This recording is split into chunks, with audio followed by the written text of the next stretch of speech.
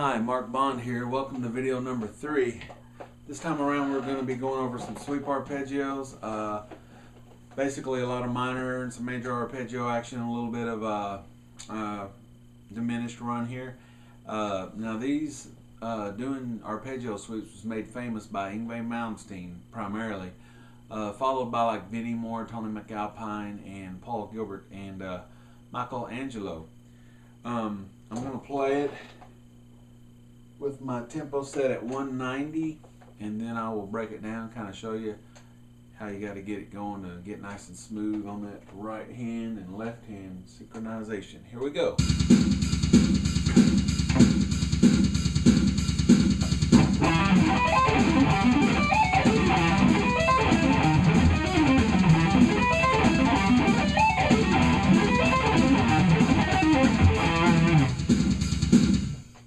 Okay, what's happening is we're just outlining chords and we're going over progression. A lot of guys get confused by that and they don't know when they can use arpeggios and things of that nature. Basically, how it came to me was you just practice the technique. You've really got to put in some time on practicing getting the sweep down. And then once I had it down, I was like, great, I can do it now, but I don't know how to use it in a solo. Well, I don't have the magic solution, but I can tell you that it will happen just kind of out of the air once you get it down. Once you really have the arpeggios down, you'll be able to just whip those things out whenever you feel them. That's kind of how it happened with me. I didn't really know how to apply it once I learned it, so if you just keep at it, the technique, and let me go ahead and show you what that technique is. I'm going to play it slow and then I'll kind of explain it a little bit. Okay, a lot of guys when they're sweeping, I've seen two ways that people do it. One way is a person will upstroke, start on an upstroke and then a downstroke and hit every note. And your right hand picking just kind of rakes along. Some people call them rakes, some people call them sweeps. The other way that you do it, that I actually do it, is I start with a downstroke, hammer the second note, and then sweep everything else. It's the same thing, it's just whatever feels most comfortable to you. A lot of guys don't like to start with an upstroke, it just kind of feels weird. You can't really do it unless you're like John Petrucci or somebody like that who's just pretty much mastered the thing. But figure out whatever feels right to you, what feels good on your hand. Those sweeps, and then like I said, I just like to, instead of playing it up and down,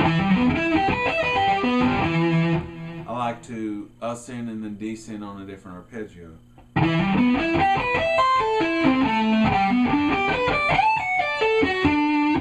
Kind of gives it a little more flavor to it, gets it moving around. You'll notice your right hand, once you get it down, is just going to be looking like that whenever you're playing. You're just going to be gliding across those strings. Now, one thing I'll go ahead and share, a lot of guys will just do the little triad arpeggios, and that's a really good thing. I kind of covered that in my other lesson with playing the arpeggios with 3 fingers on the right hand. But if you just kind of, if it's too much to start out like that and sweep it up and down, or however you like, just start with smaller sweeps. A lot of guys will start like on the G string. A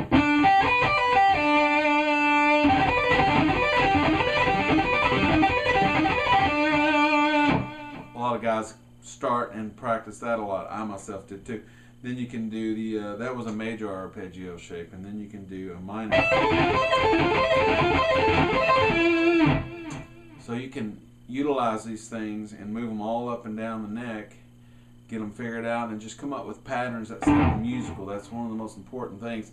Now this is an exercise, but hopefully it sounds musical to you guys out there.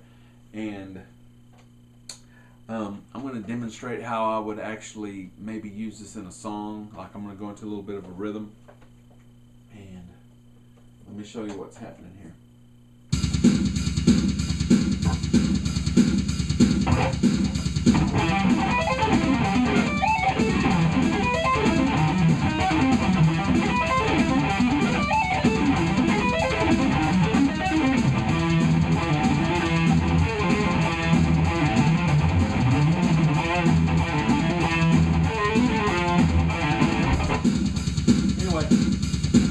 Something along that line where you're just kind of playing rhythms, using some harmonic minor scales, and then you'll notice you go into the arpeggios, which are kind of minor and major, not really doing harmonic minors in there, but you can throw that in your rhythms and just mix everything up.